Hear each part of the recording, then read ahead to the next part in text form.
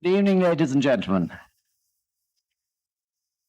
I feel really honored and a bit anxious that it should be my privilege to give the fifth and last of this series of lectures associated with our World Peace Exposition over the road.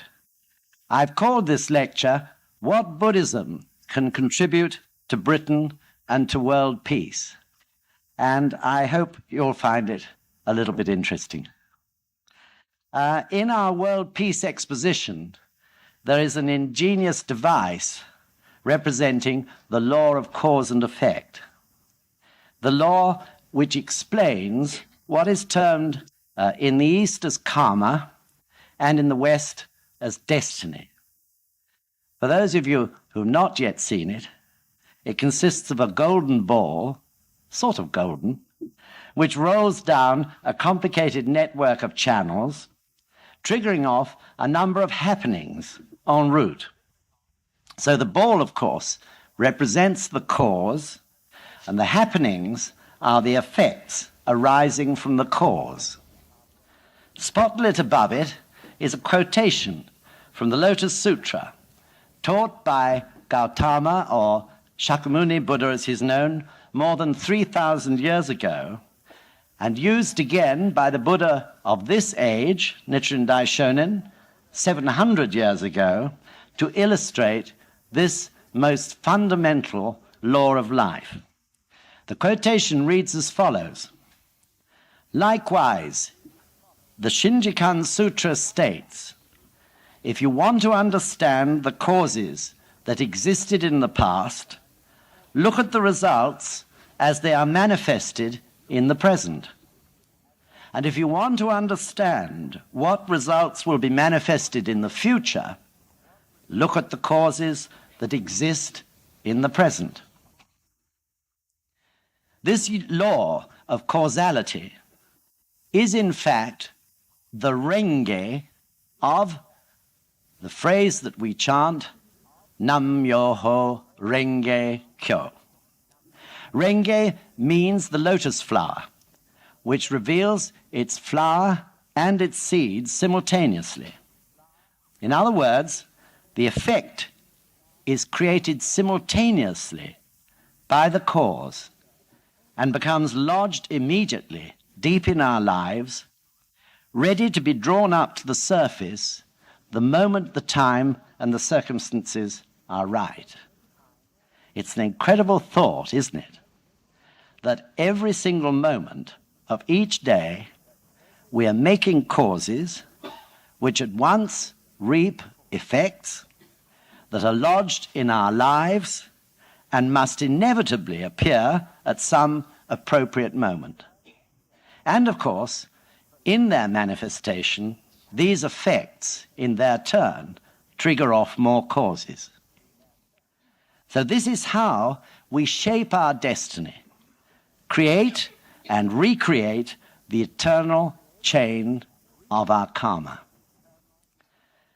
This is why the Buddha said those words to the effect that if you want to know what your past was like, just look at what is happening to you now. Likewise, if you wish to know your future, look at the causes you're making today and tomorrow and onwards into the future. Once we've grasped this and really understand it, we can see that any attachments we may have had to fortune tellers or palmists, reading the stars every day in the Evening Standard, or getting all worked up about some peculiar dream the night before is just a waste of time. The deed is done, isn't it? And cannot be undone. However, at this point of human realization, Buddhism then shines a brilliant light of hope, because it teaches that what we can do is to change the unhappy aspects of our destiny by striving our utmost to establish and maintain a chain of great causes which will overcome and lighten the misfortune we may have created for ourselves through bad causes in the past. In one of the many writings which Nichiren Daishonin left to guide us, he said in a letter to one of his followers, who was a samurai and who had survived an ambush and a fearful sword fight, the following words: "When one comes to the end of his good fortune, no strategy whatsoever will avail. When one's blessings are exhausted, even his retainers will no longer follow him. You survived because you still possess good fortune." In other words, everyone is born with a measure of good fortune and a measure of misfortune. This, if you like, is the balance sheet of our cause and effect ledger at the end of our previous life, which is then carried forward to the next life. What more logical statement can one think of, really, to account for the inequalities we see amongst people at birth? Some born with a silver spoon in their mouths, others born sickly, some with cruel and some with kind parents, and so on. We are reaping, Buddhism says, what we have deserved, the effects of the causes that we have made in the past of our eternal lives.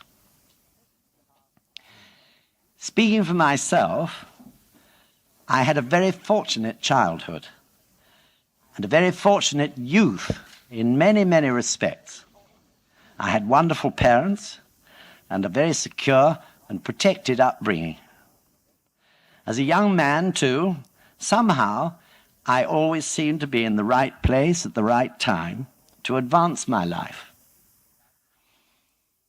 But by the time I was in my mid-30s, I began to realize that things were changing in a very subtle and insidious way.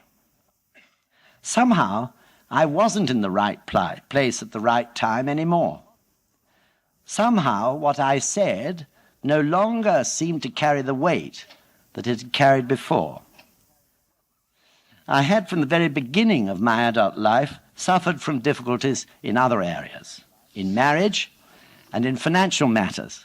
But now, at that moment in my life, even the areas in which my life had shone previously seemed to be fading and growing stagnant. I know now, of course, that my natural good fortune, the good fortune that I was born with, was running out. It was a very bewildering and distressing time for me. Somehow, I knew my life was sinking into mediocrity, though I'm sure to others, probably on the surface, it may have appeared the same. It was to be 10 more years and a bit more after that before I found Buddhism and realized the reasons for this state of affairs as explained by the Buddha, and set out to generate sufficient power in my life through practicing, as Nichiren Daishonin taught, in order to change my destiny and build good fortune once again. So I've talked at length about karma or destiny because, for the purposes of what I want to say tonight, it's important to understand that just as I have my own individual destiny or karma, it is this karma of mine, together with your personal karma, and the karma, for example, of everyone walking down Kensington High Street at this moment, and the karma of each of millions of people in Britain who may be watching the telly tonight, or having a meal at this moment, which forms the karma or destiny of our people. That is to say, the karma of Britain. What do we see as the karma of our country? What is the good fortune that our people have, and what is their misfortune? This could be the subject of a whole lecture in itself.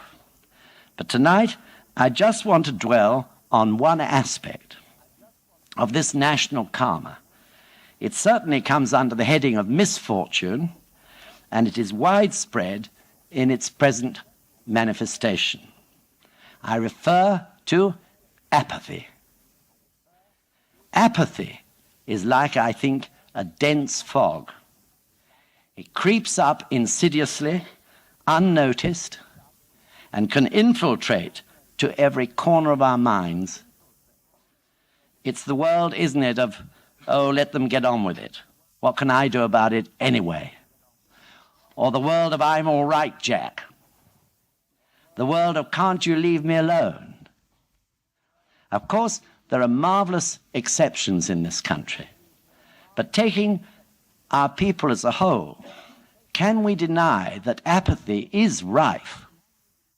And apathy is not confined only to those who want to keep to their own backyards and avoid looking over the fence at the problems in the world beyond.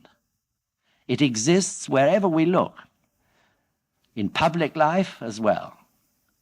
There are those in power, for example, who occupy their minds and, as protection, make sure that the minds of others are sidetracked with comparatively minor matters, instead of using their energies to challenge the major problems of today, challenges which require courage and tenacity and the will to sustain the struggle and to win. At this point, I'd like to make it clear that in saying this, I'm not criticizing any one individual or any class or category of individuals. And I'm certainly not that saying that everyone is acting intentionally in this way. Apathy is a creeping sickness that takes people unawares. In Buddhist terms, it is the weapon of the negative and destructive force of life, which, like its opposite, the energy of creation, is inherently within every single one of us. Nichiren Daishonin described apathy in a delightful little story, which, once heard, is quite difficult to forget. So I'm going to read it to you. Deep in the snow mountains lives a bird called Kankucho, which, tortured by the numbing cold, cries that it will build a nest in the morning. Yet, when the day breaks, it sleeps away the hours in the warm light of the morning sun without building its nest. So it continues to cry vainly throughout its life. The same is true of people. I think at times we're all Kankucho birds. Buddhism, which points out that all life in the entire boundless universe is compounded of the tug and pull of opposing forces, positive and negative, value against anti-value, construction against destruction, then offers the solution, a practice which generates the power of the Buddha state, the highest state of human life, which inherently exists, yet lies latent in every single one of us. Speaking personally, I know of no other power strong enough and available, what is more, in such inexhaustible supplies, that it can actually sustain a life of creation and construction 365 days of every year. When I first contemplated practicing Nichiren Daishonin's Buddhism, I was a businessman. And I remember asking a Japanese man who had practiced many years how I could possibly find the time in my busy, and of course what I meant was important life, to practice twice daily, morning and evening.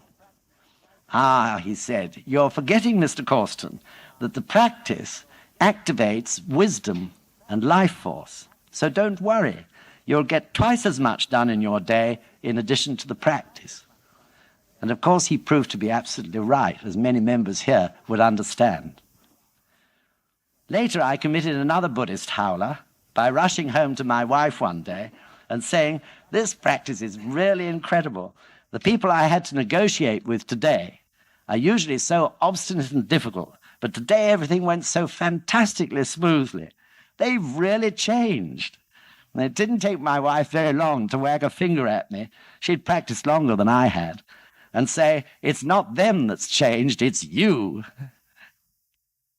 I'm neither a historian nor an academic in any sense, but it's my summing up of the history of our people to conclude that whilst the tendency to be apathetic has, of course, always existed in each one of us, as it does in every human being,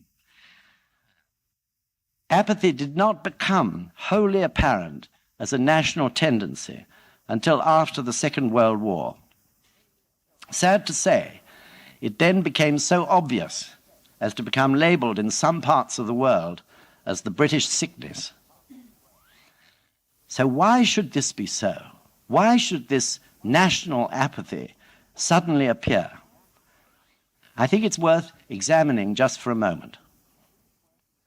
Up to the end of the 18th century, like other nations of the West, we had been fighting for our very existence, for a place in this world. We wished, like other races and nations, to establish ourselves indestructibly. Our way of life, our religion, our form of government, our sense of justice and freedom and so on. There was no time for apathy. Often we had our backs to the wall. Then, in the age of colonialism, we sprinted off the mark to extend our trade and influence, to protect our way of life by imposing it to a lesser or a greater degree on subject peoples. We were mostly very successful. Great chunks of the world became subject to Britain, magnifying our pride and our belief in our heritage. We were, I believe, in those times, in a sense, thinking of ourselves as the chosen people, and God was definitely on our side. Again, there was no time for apathy, but at home, the seeds of this disease were just beginning to be sown in the circumstances surrounding the development of industry, the Industrial Revolution as it's termed, to cope with our huge and expanding markets. So as the industrialists drove forward, ever expanding, ever inventing, innovating, and expanding again, our people flooded from the countryside into the cities, and instead of finding their fortune as they hoped, sank into the morass of cheap labor, poverty, and appalling living conditions. In such fearful surroundings, trapped as they were by the industrial environment of those times, victims began to fall to the germs of the disease of apathy, and inevitably those so afflicted were the poor. Nevertheless, the great empire on which it was said the sun never set still thrived, and with it the hopes and dreams of the British people. In terms of history, it was not to be so very long before these dreams were shattered. In World War I, we lost virtually an entire generation in the mud and misery of Flanders. We won the war with the help of our allies, but what had we gained? This was the question on everyone's lips. I was born in 1920, just after World War I ended. By the time I was 4 or 5, the war was still a constant topic of conversation. My favorite reading when I had measles was the illustrated news of the war in 10 huge great volumes that lasted me all day with their pictures. People were still stunned by the loss of their loved ones, and many bereaved parents in those days still dressed in black. Even though I was so young, I remember very vividly this atmosphere of mourning. People were totally confused. For many, including my parents, their belief in a loving and all-merciful God was either wholly or partially shattered. Hadn't the Germans, they said, thought that God was on their side as well? The aftermath of World War I saw the beginning of the spread of apathy, not just amongst the poor and the deprived, but amongst people of all classes. For some of my parents' generation who had survived World War I, the fearful depression which followed in the 30s, and the rise of Hitler, bringing the ghastly possibility of another war over the horizon, was the final straw. Some became seriously neurotic and depressed and often alcoholic. Nevertheless, most people rallied to the flag once again, and it took the slaughter of another world war combined with the disintegration of our empire to provide the devilish force of apathy with the means to deliver what one might term its coup de grace. This came in the early 50s, when we woke up from the dreams of another great victory and our return, as we thought, to the sort of lives we had led in pre-war years, to find our country stripped of most of its power. With our empire gone and supreme power in other hands, I believe from that point we totally lost direction as a nation and a people, and we have been floundering ever since. In those post-war years, I think it would be fair to say that youth, more than anyone else, sensing the malaise of the times, tried to find a way through the fog of apathy that had enveloped everybody. Many of us may have been critical or deeply concerned about the drug scene, Teds and punks, the plethora of gurus, the flower children, and so on. But at least they were trying to seek for something. Sadly, they didn't find it. And today we see the outlet for this frustration in, I believe, increasing violence. I think you'll agree with me that in the past, when there were riots, they were usually for some sort of cause. But I understand that the exact reasons for the outbreak of the Toxteth rioting in Liverpool, for example, are virtually impossible to clearly define. These young people lashed out at everything and anything. Though they may not have been able to voice their reasons for acting in the way they did, and I understand many find it difficult to do so, might it not have been subconsciously their utter frustration at the total lack of direction and purpose which they feel envelops them and everybody else in this country like a dense fog, to the background of unemployment and the constant hidden fear that there could be a nuclear war before long, in which case everything's a waste of time anyway.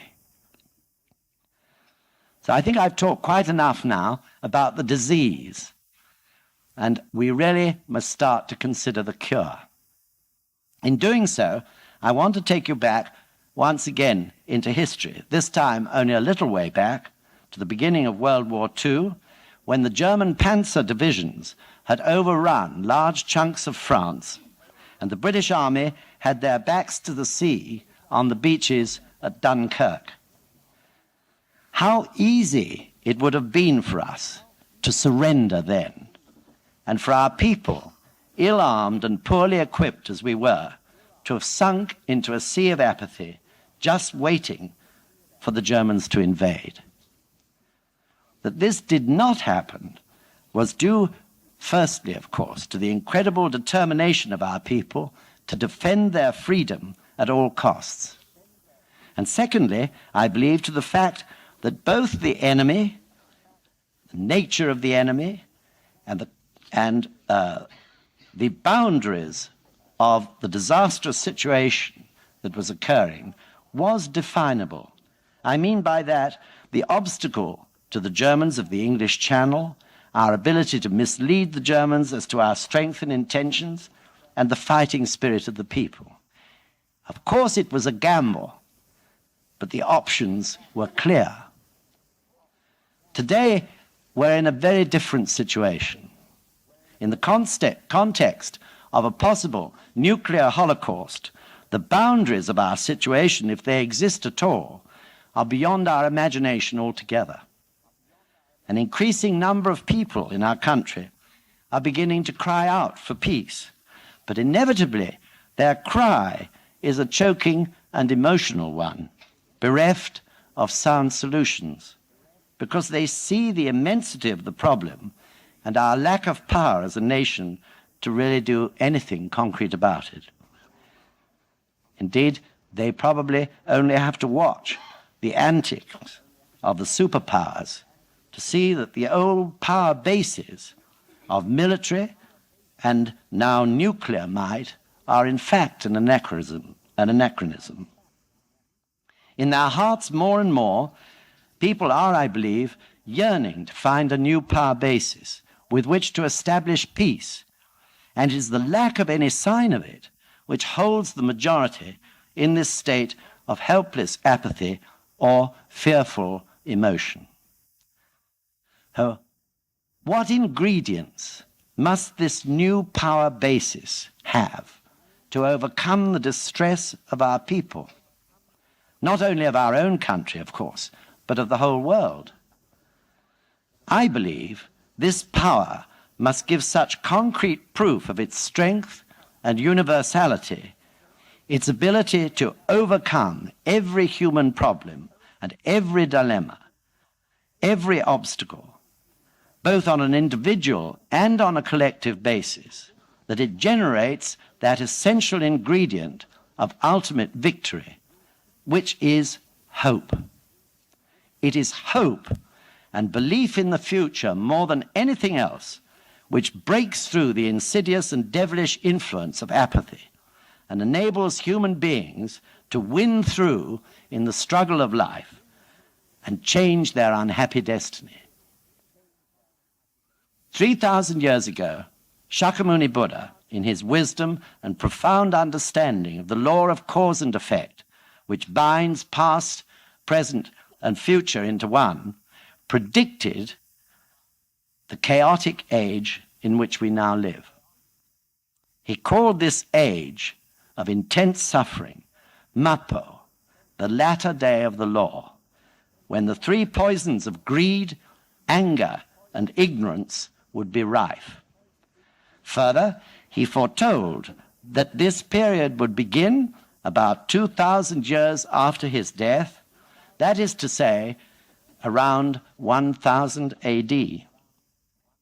Later, 8 years before he died, he taught in the Lotus Sutra not that there would be an Armageddon, not that there would be a Holocaust which would destroy the world as we know it, but that a great votary, another Buddha, would be born to transmit the universal law taught in the Lotus Sutra to the suffering people of that time.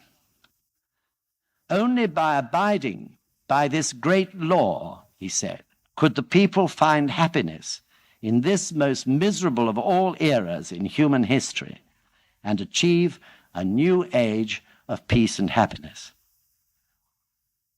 It was Nichiren Daishonin who fulfilled Shakyamuni's predictions, and they were many and varied predictions. Nichiren Daishonin fulfilled them all exactly.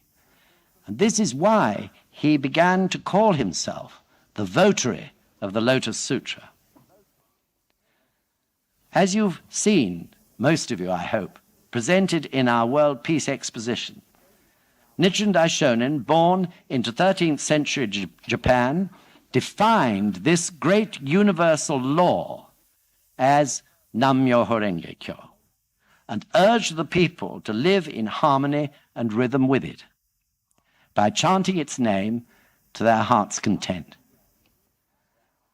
Then he said they would see actual proof of its power of creation and value, not in some afterlife, but in every aspect, both spiritual and material, of their ordinary daily lives.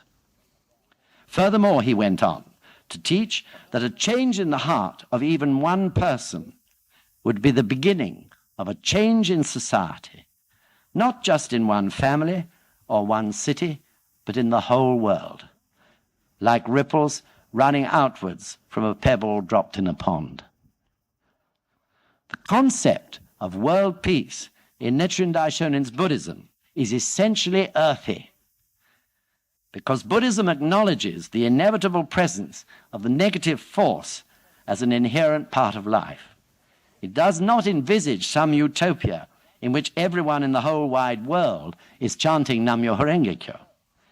On the contrary, in this concept, there is a solid core of those who chant and generate the power to transform the negative impulses which are the cause of war and all the other evils that beset us, whilst around them are those who see the value of their efforts and support and encourage them. Beyond those two categories, there is that inevitable group of people who couldn't care less anyway and live from day to day. In other words, world peace is not a goal in itself, in accordance with Nichiren Daishonin's Buddhism. It is a milestone, a condition of life which, once it is won, has to be maintained. I can't help feeling, and I've thought this ever since I discovered this Buddhism, that this concept of world peace, or Causton Rufu as we call it, is most suited to the British nature. So often in our history, the few have achieved great things for the rest of us.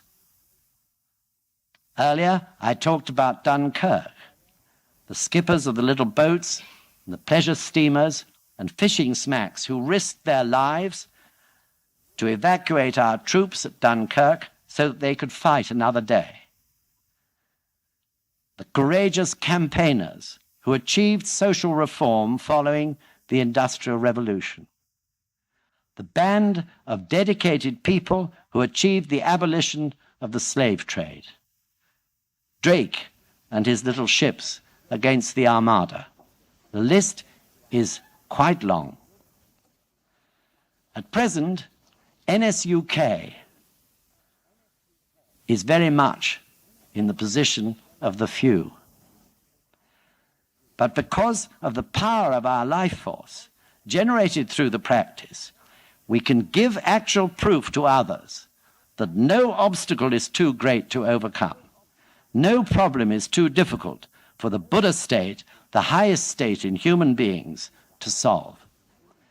Perhaps this World Peace Exposition, conceived and assembled by members in their spare time, is a graphic example of this. We are growing in numbers each year. Therefore, each year, there are more people providing this actual proof to others. It may seem slow, but it is sure, and it snowballs. Together with our fellow members throughout the world, we are building a great peace force of ordinary human beings who are transforming the ingredients of war which lie in the hearts of men and women into a hunger and a passion for peace. By the 21st century, I'm convinced, just as Buddhism predicts, that this will tilt the balance of this beautiful planet from its present destructive course to one which begins to be truly creative and valuable. We are not the chosen few, for our practice is available to anybody. We are not supreme. We are very, very ordinary. But we know where we are going and what we can achieve for the sake of humanity, because we have proof of the power to transform negative into positive, apathy into action, which the universal law of Nam-myoho Renge-kyo gives to us. We are in fact just a part of a movement of similar ordinary human beings which now spans the whole of the world, who, whether in Brazil or New York, London or Rome, Accra or Nairobi, Tokyo or Sydney, are determined to win this great battle for peace. Inheritors, if you like, of a spirit which our venerable founder, Nichiren Daishonin, the Buddha of this age, expressed 700 years ago when he wrote, "Only I, Nichiren, at first chanted Nam Myoho Renge Kyo, but then 2, 3, and 100 followed, chanting and teaching others. Therefore, he continued, Kosen Rufu will surely be achieved, as an arrow aimed at the earth cannot miss its target. Thank you very much indeed for listening. Thank you.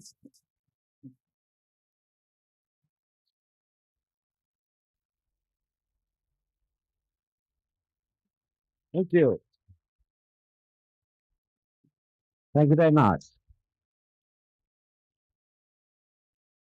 Thanks so much. If you would like to ask any questions, I'll have a real good try to answer them. About not only what I've talked about, of course, but anything that you may have seen today or anything about Buddhism. Anyone like to lead off? Don't be shy. Yes.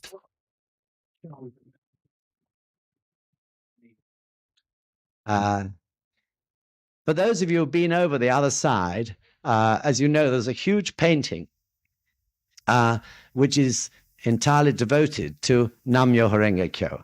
And actually on that painting, there are short descriptions of various aspects of that meaning.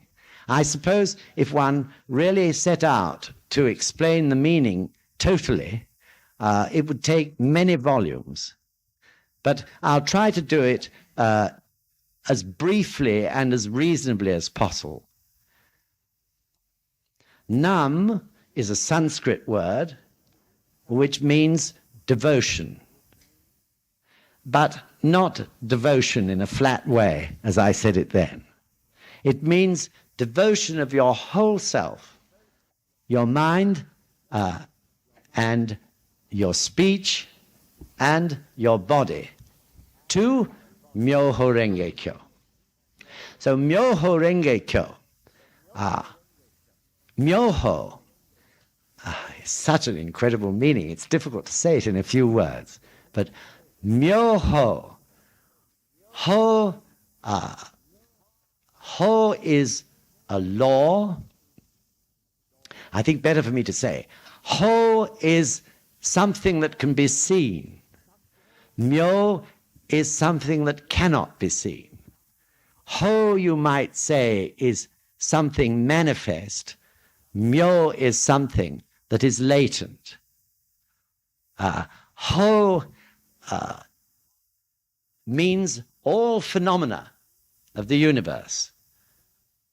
Myo means what's going on behind the scenes that we can't discern.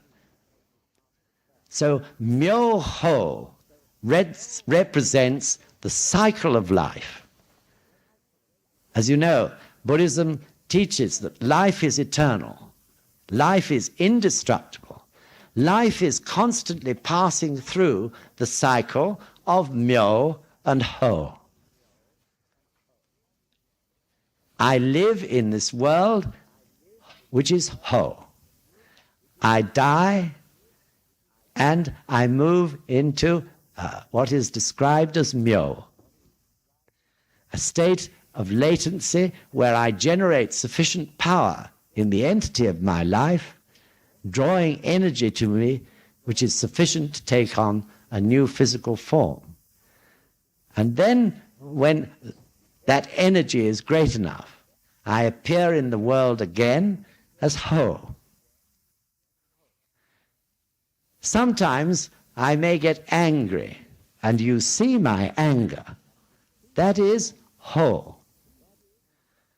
Something else happens, and I feel happy, and my anger goes where? It certainly doesn't leave my life, because if something else happens to make me angry, my anger appears from nowhere. So anger goes into the unseen state, which is Myo. This is Myo and Ho. So everything in the whole universe is going through this cycle. Stars Scientists, I think now, are quite clearly understand that they're born by some nucleus which attracts matter. And through a whole process of amazing reactions and interactions, over billions of years, the star grows. And it lives through billions and billions and billions and billions of years, and then ultimately they know it explodes. And all those little particles diffuse into the universe. When the star is there up in the sky, it's whole. When it fuses after its explosion into the universe, it's myo.